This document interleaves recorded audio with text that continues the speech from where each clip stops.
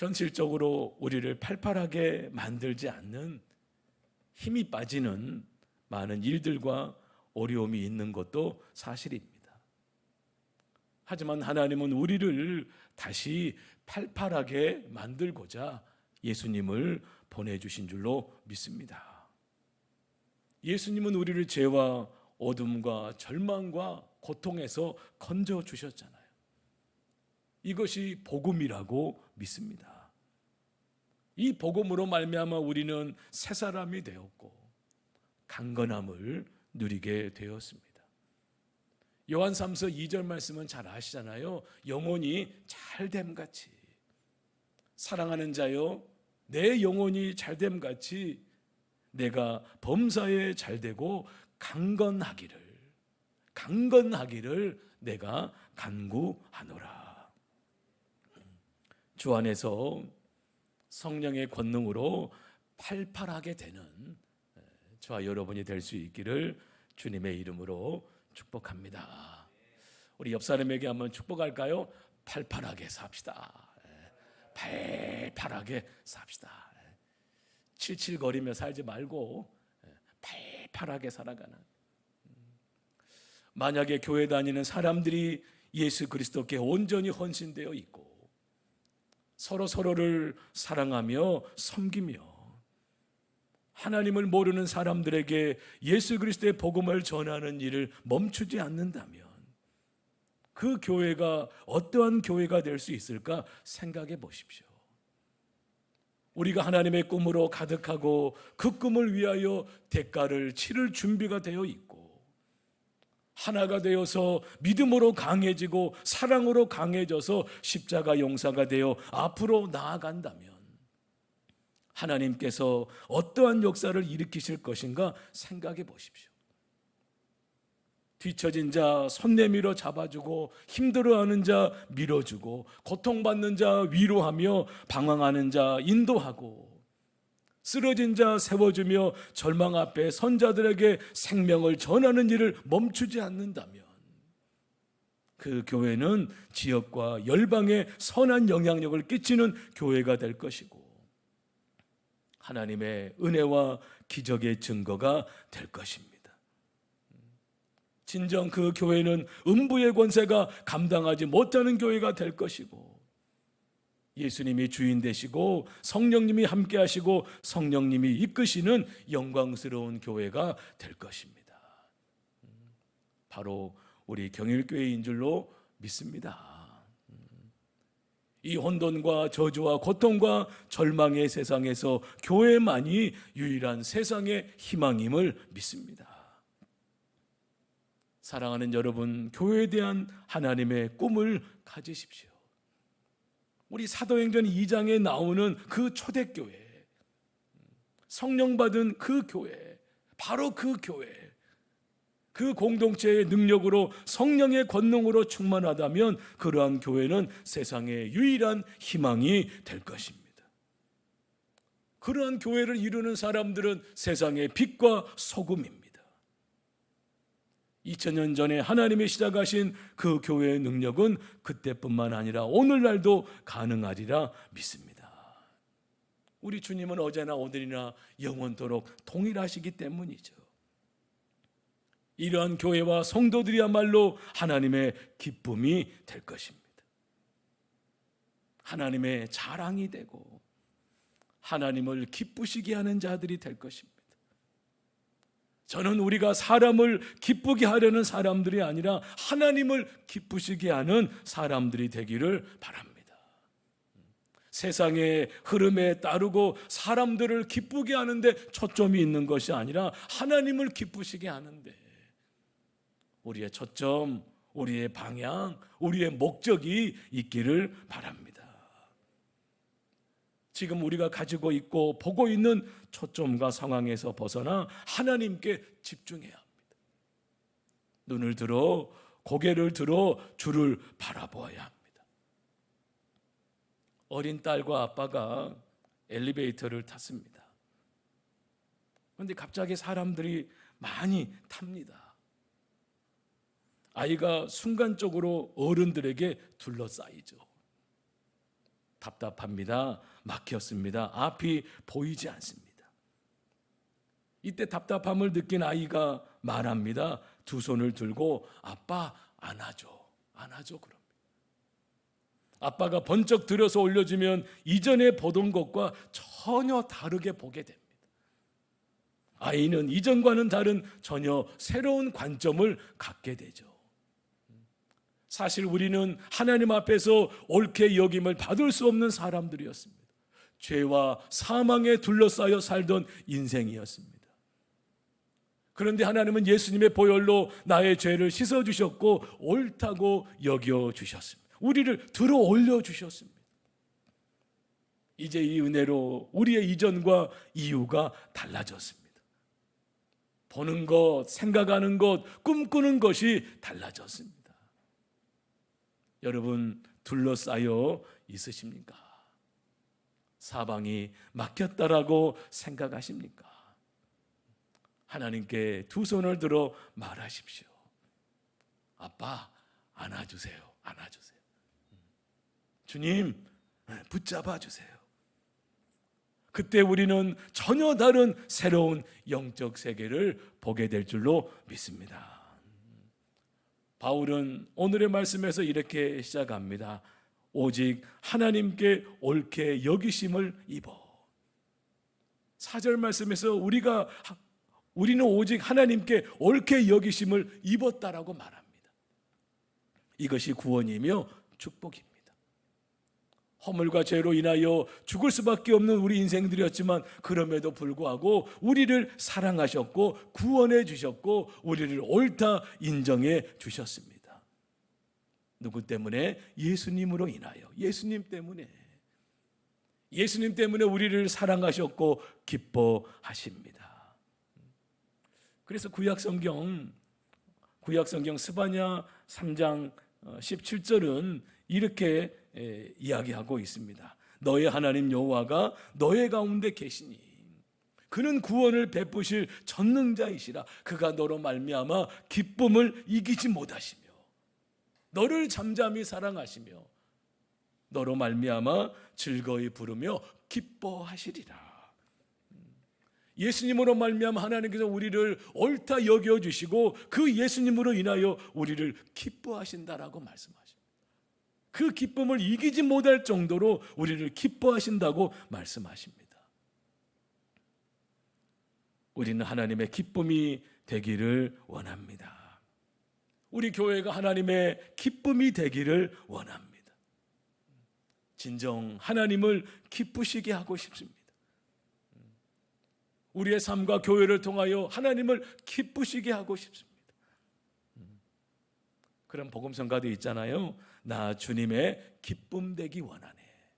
나 주님의 기쁨 되기 원하네. 그리고 후렴의 가사가 내가 원하는 한 가지가 있는데 그것이 바로 주님의 기쁨이 되는 것이라고. 주님의 기쁨이 되는 것이라고 노래하고 있습니다. 우리가 하나님을 기쁘시게 하기를 원한다면 이 시간을 통해서 우리 마음에 새겨야 할 질문이 4가지가 있습니다.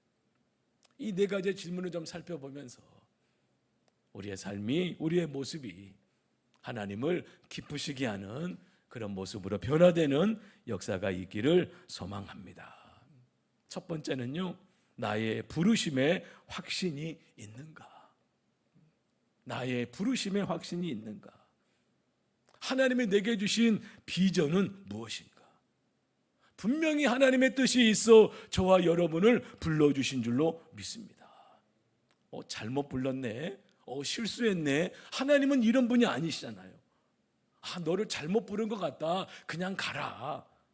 아이고 내가 실수해서 너를 불렀네. 미안하다. 이런 분이 아니시잖아요.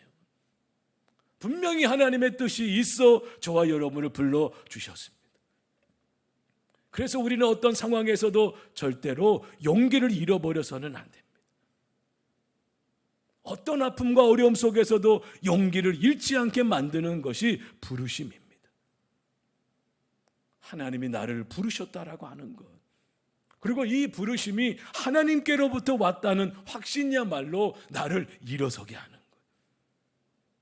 마음을 강하게 하고 담대하게 합니다. 여호수아 1장에서 모세의 뒤를 이어 이제 여호수아가 하나님의 부르심을 받을 때 많이 낙심하고 염려하잖아요. 그런데 하나님께서 여호수아를 불러 일으키시잖아요. 너의 부르심이 있다.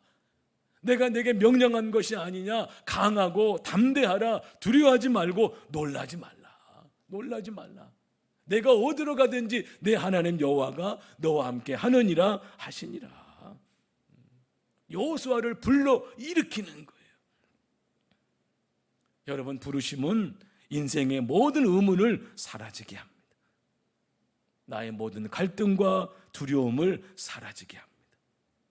하나님으로부터 온 부르심이 불확실하게 되면 흔들리게 되고 갈등하게 되죠.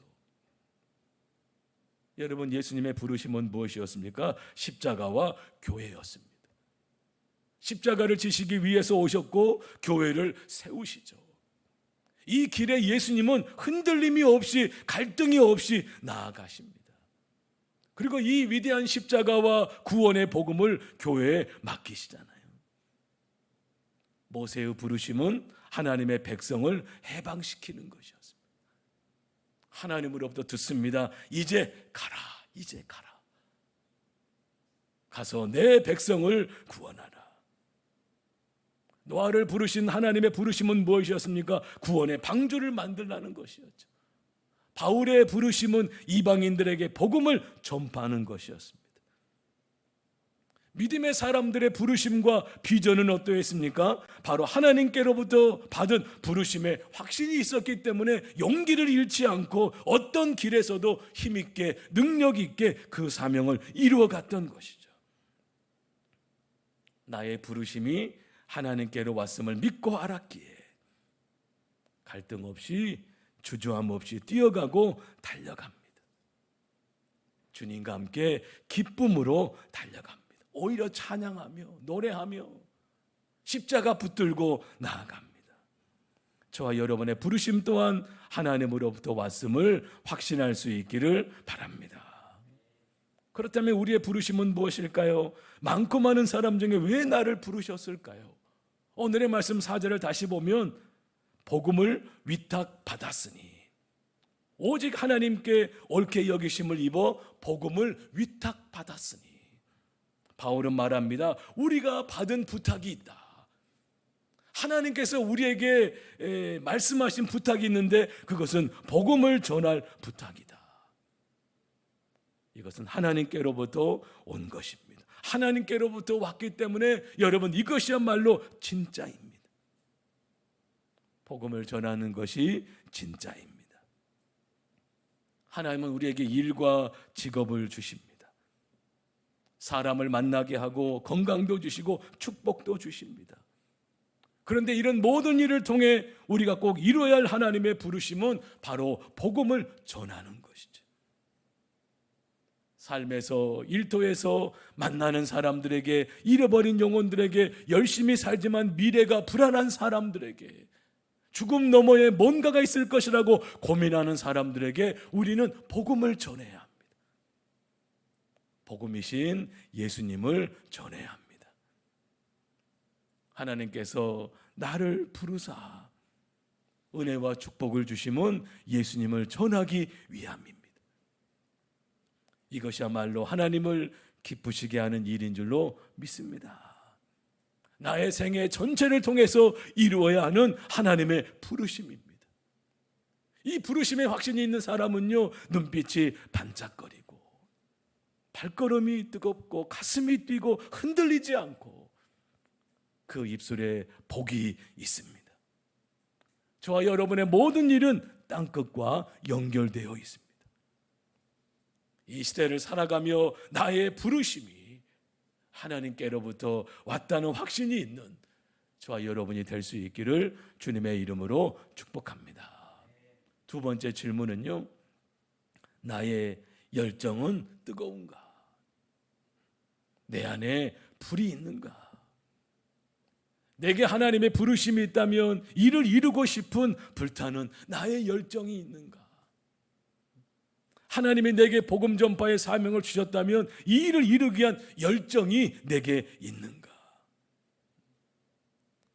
신약성경 누가복음 11장 35절을 보면 그러므로 내 속에 있는 빛이 어둡지 아니한가 보라 라는 말씀이 있어요. 내 속에 있는 빛이 어둡지 아니한가 보라. 저와 여러분 안에 있는 빛이 어둡지 않았으면 좋겠습니다. 요한계시록 3장에 나오는 2장과 3장에 나오는 7교회 중에 끝으로 라오디게아 교회를 예수님이 책망하신 내용이 무엇입니까? 너희가 차지도 덥지도 않다는 것이었어요. 너희가 미지근하다는 거예요.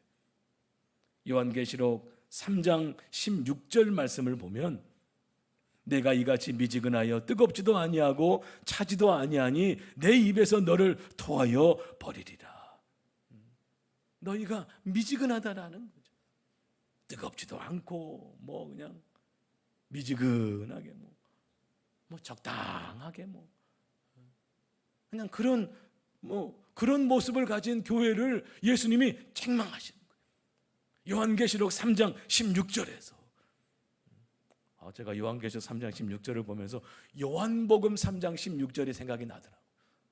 요한복음 3장 16절이 요한복음 3장 16절이 뭐죠?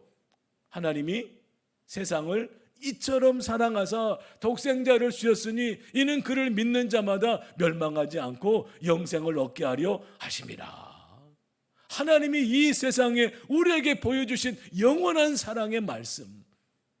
그래서 성경에 다른 말씀은 없어도 요한복음 3장 16절만 있어도 우리가 구원받을 수 있다라고 말할 정도잖아요.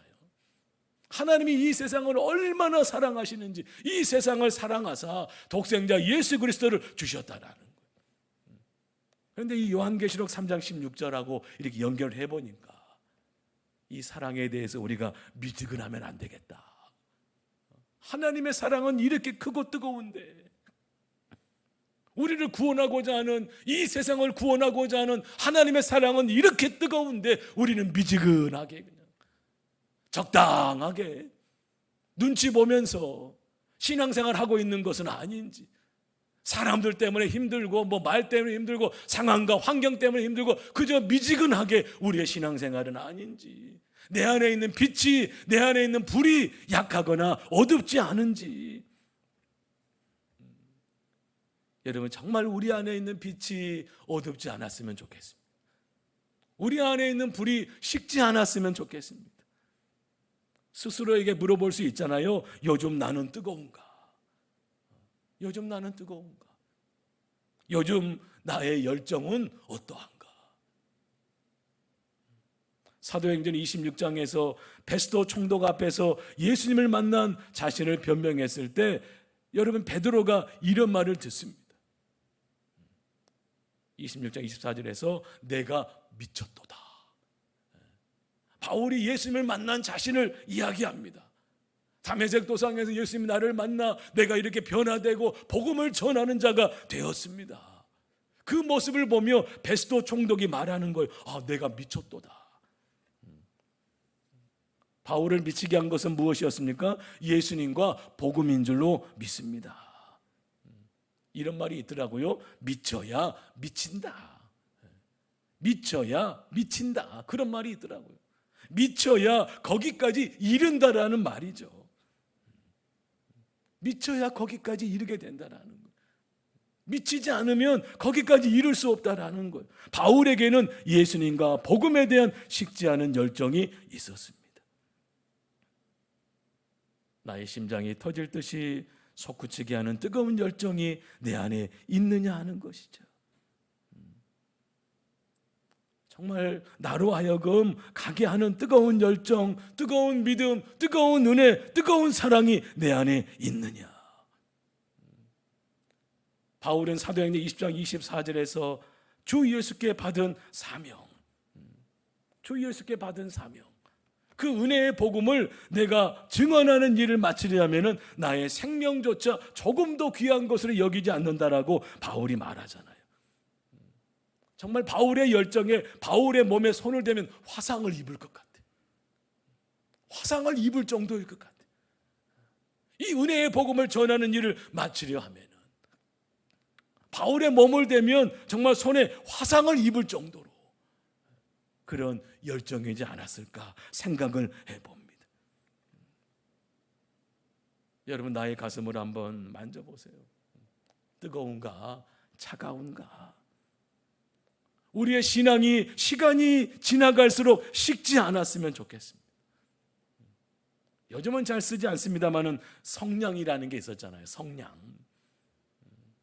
그래서 제가 가끔 성냥불 신앙, 성냥불 신앙이 아니었으면 좋겠다. 뭐 확 타올랐다가 언제 꺼든지 모르게 꺼져버리는 신앙, 이게 성냥불 신앙인 것 같아요. 여러분, 성냥불 신앙이 아니라 성령불 신앙이 됩시다. 할렐루야. 한번 저를 한번 따라할까요? 성냥불 신앙이 아니라 성령불 신앙이 됩시다. 뭐 그냥 타올랐다가 언제 꺼진지 모르게 식어진지 모르고 꺼진지도 모르고 그냥 냉랭하게 살아가는 모습이 아니라 늘 성령 안에서 불타오르는, 은혜로 시작했다가 율법으로 끝나는 경우가 많습니다. 사랑으로 시작했다가 아픔으로 끝나는 경우가 많습니다. 지난주일 창립주일 때도 말씀드렸습니다마는 우리 경일교회는 뜨거울 때 세워진 교회잖아요. 뜨거울 때, 여름에 그 뜨거울 때 뜨거운 종들을 통해서 이 교회가 세워졌잖아요. 우리 경일교회는, 우리 경일의 온 성도들은 그래서 항상 뜨거움을, 불을 가지고 있어요. 꺼지지 않는, 식지 않는, 어떤 일에도 꺼지지 않는 그 불, 성령 불을 우리가 가지고 있어야 합니다. 다시 나를 일으켜 달려가게 하는 하나님의 열정으로 뜨거워지는 우리가 되기를 바랍니다. 세 번째 질문은요, 나는 하나님 앞에서 겸손한가? 나는 하나님과 사람 앞에서 겸손한가? 여러분, 성경에서는 교만과 겸손을 이야기합니다. 교만과 겸손의 차이점은 무엇일까요? 허리에 있다고 생각합니다. 그 베드로전서 5장 5절로 6절 말씀을 보면, 젊은 자들아 이와 같이 장로들에게 순종하고 다 서로 겸손으로 허리를 동이라. 하나님은 교만한 자를 대적하시되 겸손한 자들에게는 은혜를 주시느니라. 6절에서 그러므로 하나님의 능하신 손 아래에서 겸손하라. 때가 되면 너희를 높이시리라. 허리를 동이라고 말합니다. 겸손으로 허리를 동이라고 말합니다. 이 의미는 겸손으로 옷을 입으라는 뜻이죠. 겸손으로 옷을 입으라. 누가복음 18장에 나오는 바리새인과 세리의 기도의 차이점도 허리에 있다라는 생각이 듭니다. 허리를 펴는 것과 허리를 숙이는 그 차이가 있습니다. 바리새인의 기도 모습은 어떠했을까요? 허리를 꼿꼿이 펴고. 세리의 기도의 모습은 어떠했을까요? 멀리 서서 감히 눈을 들어 하늘을 우러러보지도 못하고 다만 가슴을 치며 하나님이여 불쌍히 여기소서 나는 죄인이로소이다. 그리고 14절 말씀에서 무릇, 후반부를 보면 무릇 자기를 높이는 자는 낮아지고 자기를 낮추는 자는 높아지리라 주님이 말씀하셨습니다. 요한복음 13장에 나오는 예수님의 모습은 어떠합니까? 예수님은 하나님이시잖아요. 그렇지만 그는 가장 낮아지십니다. 제자들의 발을 씻기시는 장면은 겸손의 핵심입니다. 교회를 사랑하고 사람을 사랑하는 사람은 허리를 숙일 줄 압니다. 겸손한 사람은 숙일 줄 압니다. 예수님을 사랑하는 사람은 허리를 숙일 줄 압니다. 사랑하고 섬기기 위해서죠. 사랑하고 섬기기 위해서. 허리를 숙이는 사람은 겸손한 사람인 줄로 믿습니다. 우리의 모습은 어떠합니까? 하나님은 교만한 자를 대적하시되 겸손한 자는 높이신다고 말씀하십니다. 하나님이 얼마나 교만을 싫어하시는지 이사야 2장을 보면 이 이스라엘의 교만함 때문에 그 교만함에 질려서 보이는 그 레바논의 높고 높은 모든 나무들, 모든 높은 산들, 모든 솟아오른 작은 산들, 모든 높은 망대와 견고한 성벽, 이 모든 것들을 낮추시겠다고 말씀하십니다. 얼마나 백성들의 교만함에 질리셨으면 눈에 보이는, 높아 보이는 모든 것은 그냥 낮추시겠다고 말씀하시는 것입니다. 예수님이 가장 낮아지셨을 때 하나님은 그를 가장 높이셨습니다. 예수님의 능력은 하늘의 영광 보좌를 버리고 말구유까지 내려가심에 있습니다. 우리가 언제 예수님을 만나게 될까요? 가장 낮은 곳까지 내려갈 때 우리는 그분을 만날 수 있습니다. 기독교는 높아지는 종교가 아니잖아요. 낮아지는 종교입니다. 기독교는 높아지는 종교가 아니에요. 올라가가 아닙니다. 기독교는요, 낮아져입니다. 교만은 패망의 선봉이라고 잠언은 말하고 있습니다. 바다와 같은 우리가 되기를 바랍니다.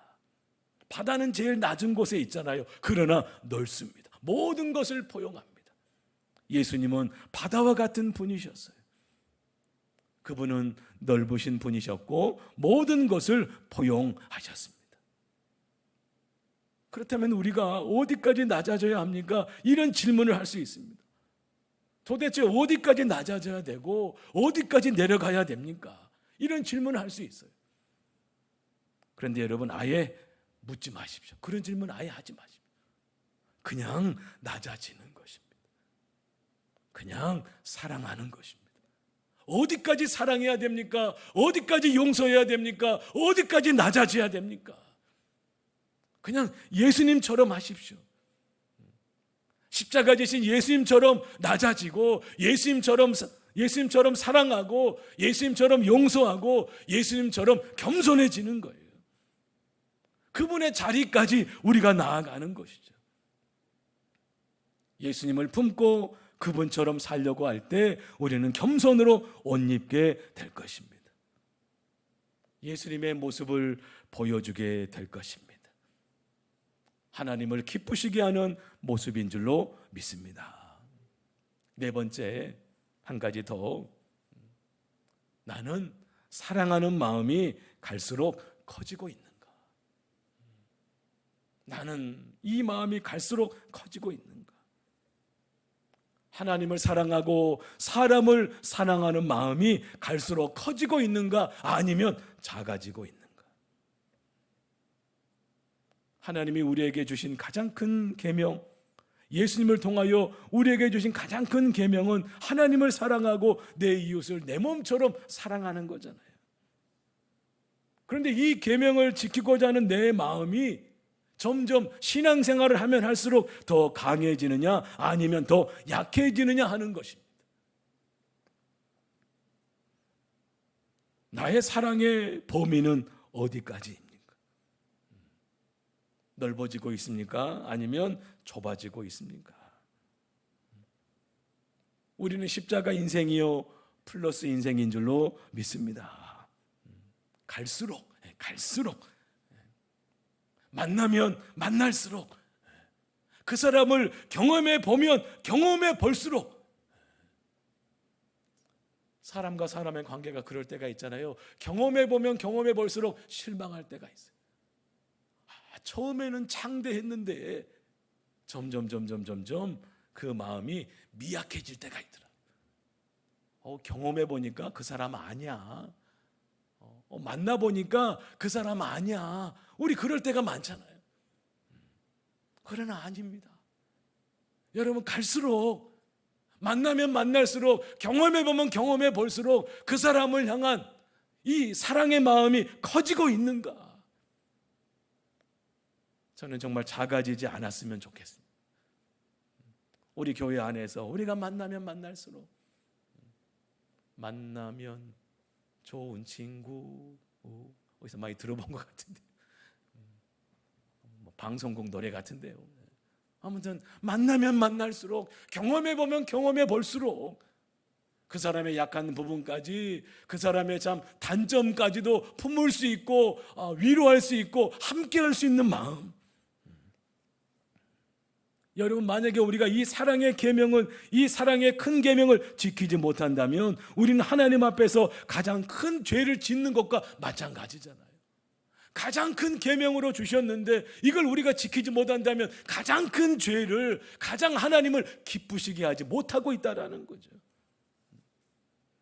우리 다시 하나님을 사랑하고 나 자신처럼 이웃을 사랑할 수 있기를 소망합니다.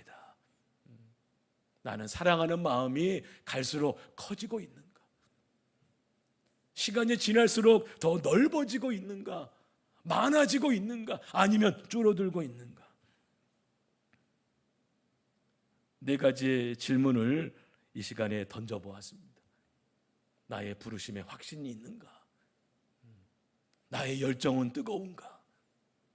나는 하나님과 사람 앞에서 겸손한가? 나는 갈수록 사랑하는 마음이 커지고 있는가? 진정 우리 하나님을 기쁘시게 하는 모습이 무엇일까? 하나님께 영광이 되는 그 모습은 무엇일까? 신앙생활을 하면서도 삶의 이런저런 모습에 치여 지치고 낙심하는 모습 속에 우리가 살아가는 것은 아닌가? 그것은 여러분 우리의 모습이 아닙니다. 그것은 하나님께서 우리에게 원하시는 모습이 아닙니다. 저는 저뿐만 아니라 우리 경일교회 우리 온 성도들이 진정 하나님을 기쁘시게 하는, 하나님을 기쁘시게 할 때 여러분 하나님의 기쁨이 우리 가운데 가득하게 되고 하나님의 축복이 우리 가운데 넘치게 될 것입니다. 이 네 가지 질문 앞에 우리는 어떤 모습입니까? 어떤 대답을 하실 수 있겠습니까? 예수님이 우리의 해답입니다. 예수님을 닮기를 원합니다. 예수님에게는 하나님의 부르심이 항상 있었습니다. 예수님은 십자가 그 길까지 열정을 잃지 않으셨습니다. 예수님은 가장 낮아지신 분이었죠. 끝까지 하나님을 사랑하고 자기 사람들을 사랑하신 분이었습니다. 이 네 가지 질문을 나에게도, 나 자신에게도 던지고 싶습니다. 나는 부르심에 확신이 있는가? 내 안에 꺼지지 않는 열정이 있는가? 나는 하나님과 사람 앞에서 겸손한가? 나는 갈수록, 만나면 만날수록, 경험해보면 경험해 볼수록 이 사랑하는 마음이 커지고 있는가? 작아지고 있는가? 여러분, 어렵고 힘든 때입니다. 하지만 어제보다는 오늘이, 오늘보다는 내일이 더 하나님을 기쁘시게 하는 정말 팔팔한 저와 여러분과 우리 경일교회가 될 수 있기를 주님의 이름으로 축원합니다. 아멘. 기도하겠습니다. 하나님을 기쁘시게 하고 싶습니다. 무화과 나무도 없고 감람나무에 소출도 없고 포도나무에 열매도 없지만 오직 여호와로 말미암아 즐거워하며 나의 구원의 하나님으로 말미암아 기뻐하며 나를 부르신 그 하나님의 뜻에 순종하며 하나님을 기쁘시게 하는, 하나님 정말 팔팔하게 살고 싶은, 팔팔하게 살게 되는 우리 온 성도들과 우리 경일교회가 되게 하여 주시옵소서. 부르심에 확신이 있게 하여 주시고 내 안에 열정이 다시 타오르게 하여 주시고 예수님처럼 겸손하고 사랑하는 마음이 갈수록 커지는 우리가 되게 하여 주옵소서. 믿사옵고 예수님의 이름으로 기도하옵나이다. 아멘.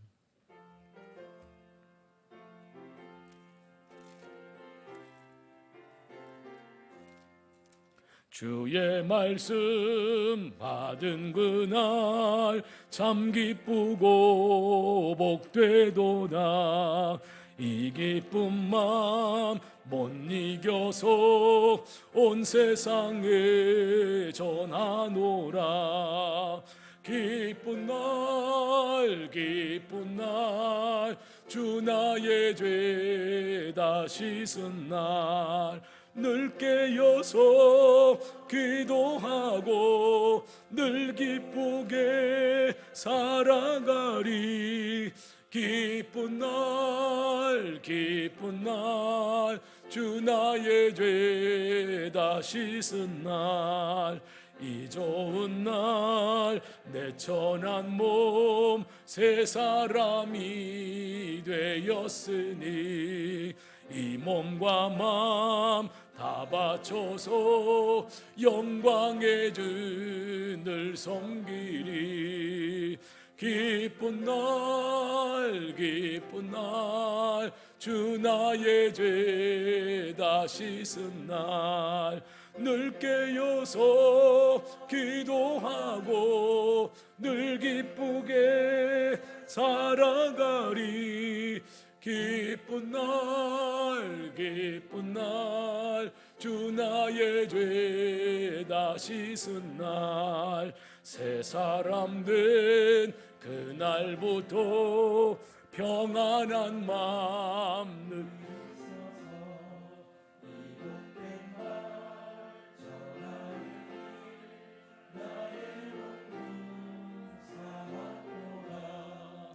기쁜 날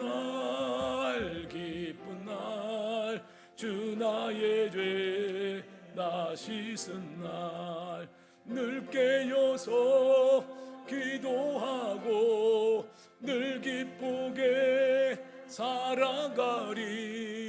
기쁜 날 주 나의 죄 다 씻은 날.